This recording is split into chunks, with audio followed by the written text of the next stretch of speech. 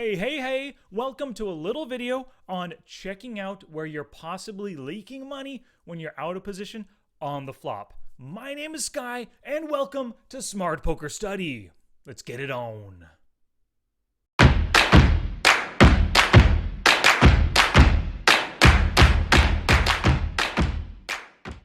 Alrighty, so I received an email from one of my students by the name of Sam, and he told me about the problems he's having playing out of position on the flop. So I gave him a few different pieces of advice, what he can do, the kinds of things he can look for.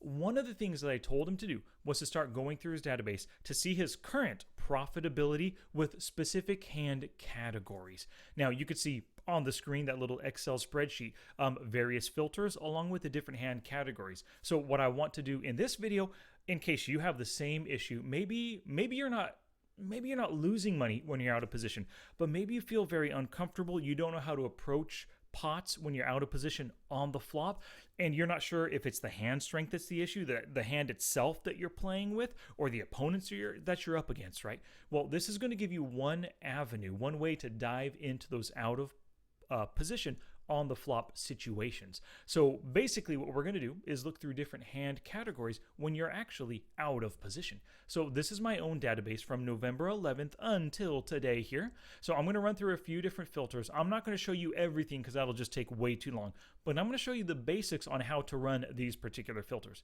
So when you want to look at anything when you see a flop, any kind of post-flop win rates, the very first thing you do, just run this filter by itself. Saw the flop right here. This is going to tell you how many hands you saw the flop, the different positions, the different hand strengths, and of course your win rate when you just saw the flop. Who knows what happened? You could have check folds, you could have check raised all in.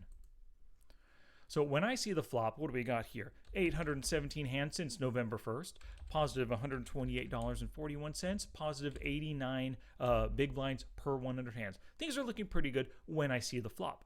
Now, in particular, Sam told me that he has issues when he's out of position. So first, let's just see what we're doing in position on the flop. Add filter, hand details, player position. On the flop now, you have in position or out of position. Simply in position.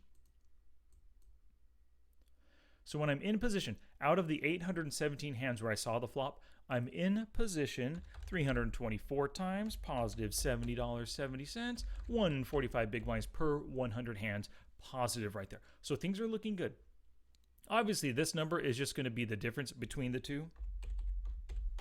493 once we run the filter right here. This win rate will be the exact difference between the two as well, right? 57.71, but we'll confirm that in just a sec. Now, the reason why this says not in position is because in PokerTracker 4, if you filter for in position, you are the last to act post-flop against 1, 2, 3, 8 other opponents. You're on the button against 8 others. It's totally the last to act in position no matter what. Now, if you put not in position, you might be the first to act. You might be the third one to act out of 4 players. It basically just means you're not in position. If you put out of position, that means you're the very first one to act. It doesn't count all the situations that way. So you want to read or make sure the filter says not in position. And you do that by keeping the saw flop filter. This one that's in position, simply highlight not. Shebang. There's not in position. Now we're going to see 493 hands. Nice. 57.71 positive. Nice. And let's see here, 53 big blinds per 100 hands, positive as well.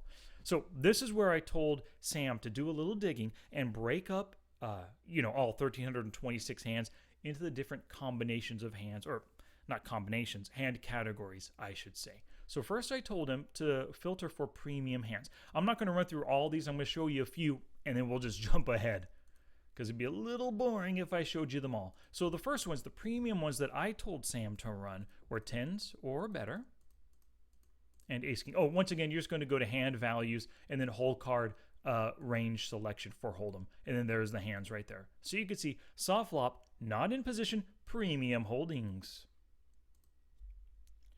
73 hands, 54.49 positive, and 543 big blinds per 100 hands. Lovely right there. So suited Broadway, what you're going to do is keep these 2 top filters, hit the X to delete the one.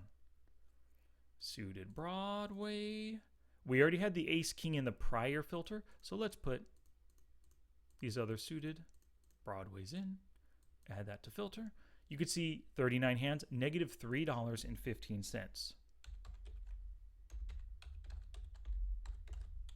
Alrighty, so you saw what those Broadways look like. You, of course, know what deuces through nines. It's easy to do right here. Let me show you suited connectors is what I wanted to show you, because I want to show you the suited others as well. You can find the other ones all for yourself pretty easy. But the suited connectors, of course, is deuce 3 all the way through 10-9. Now, you might be thinking to yourself, Sky, I never put in money with deuce 3. I'm never going to see the flop with deuce 3. But there's a good chance you will if you get a walk in the big blind, right? Everyone limps to you. You simply check your deuce 3. Bam! You saw a flop with deuce 3. The kind of hand you would never voluntarily put money in with. So, suited connectors here, 12 hands. Negative 0.29. So I'm losing it, or losing with it, but it's only 12 hands. It's really not that big of a deal. Now, one of the things you might say, hey, how are you negative in currency 1, but positive in win rate, big blinds per 100? Well, that's because I simply play two different stakes. I play 10 NL and 25 NL. So in this instance, I'm losing a little bit more money at 25 NL, the higher stake, but I'm winning more big blinds at the lower stake 10 NL.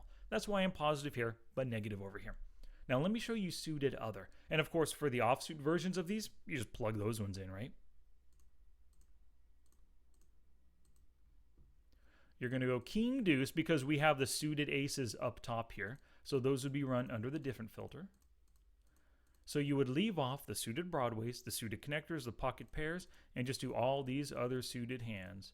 I apologize for the tediousness, the boringness of just watching me click buttons. PokerTracker 4 doesn't make it as easy, just click and drag multiple hands. And if there is a way to do it, I just don't know how to do it yet. So add that to filter. So saw the flop, not in position, suited others. Oh, 60 hands right here. Negative 288 and negative 135. Alrighty, so through the magic of doing work ahead of time, right? I have all these numbers already on tab number 2. So let's look at that. So let's say Sam just now ran these numbers for himself. He found out all these different hand categories, the number of hands he's played, his currency won, and the big blind per 100 hands win rate. What I told Sam was, hey, what you got to do is choose the one that seems most dire. Maybe it's the situation that happens the most often that you're losing, or it's the one that you're losing the most big blinds per 100, or it's the one where you just lost the most dollars in general. So if we look at these here, if Sam showed me this, what I would tell him first off is follow up on these hands, offsuit others. Suited others was 60, negative 135. This is actually kind of a critical one to be looking at too. Maybe number 2. So I would take a look at these two instances here. Now, as you can see, this was the suited other hands right here. So it was already one of the issues. So what you could do, or what Sam would do, what I'd recommend, is start to go through these hands and take a look at them and see, how did I lose so much with a queen 6 suited? Oh man, check raise and then a re-raise again with 2 pair on the turn? What happened there?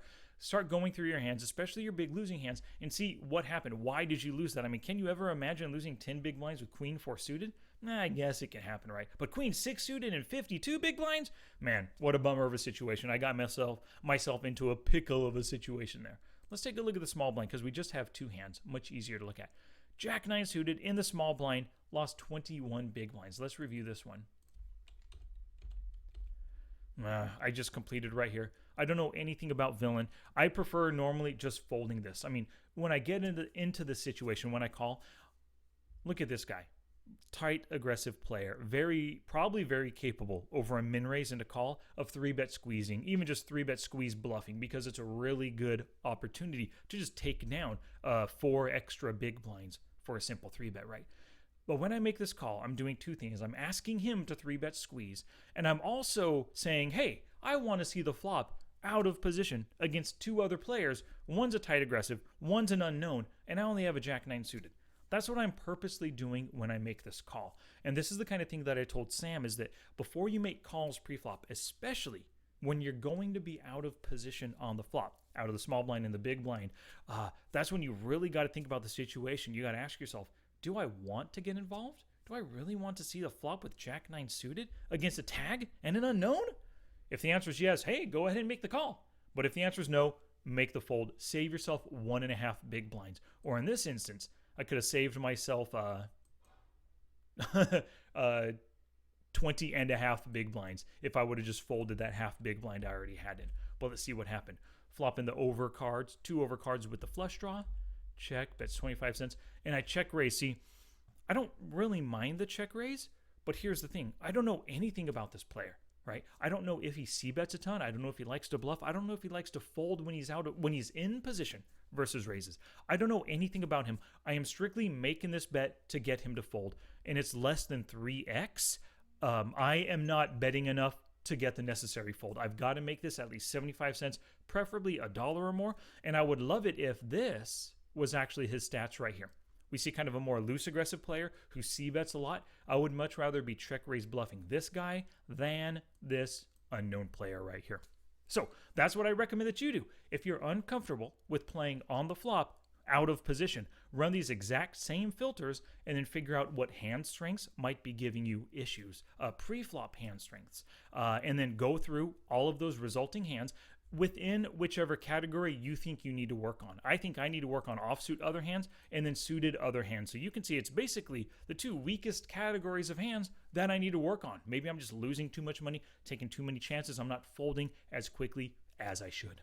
Alrighty, thank you so much for watching. I really do appreciate it. Click that subscribe button that's on the screen right now so you can get notified of every new YouTube video that hits the airwaves. And I appreciate your eyeballs. Take care.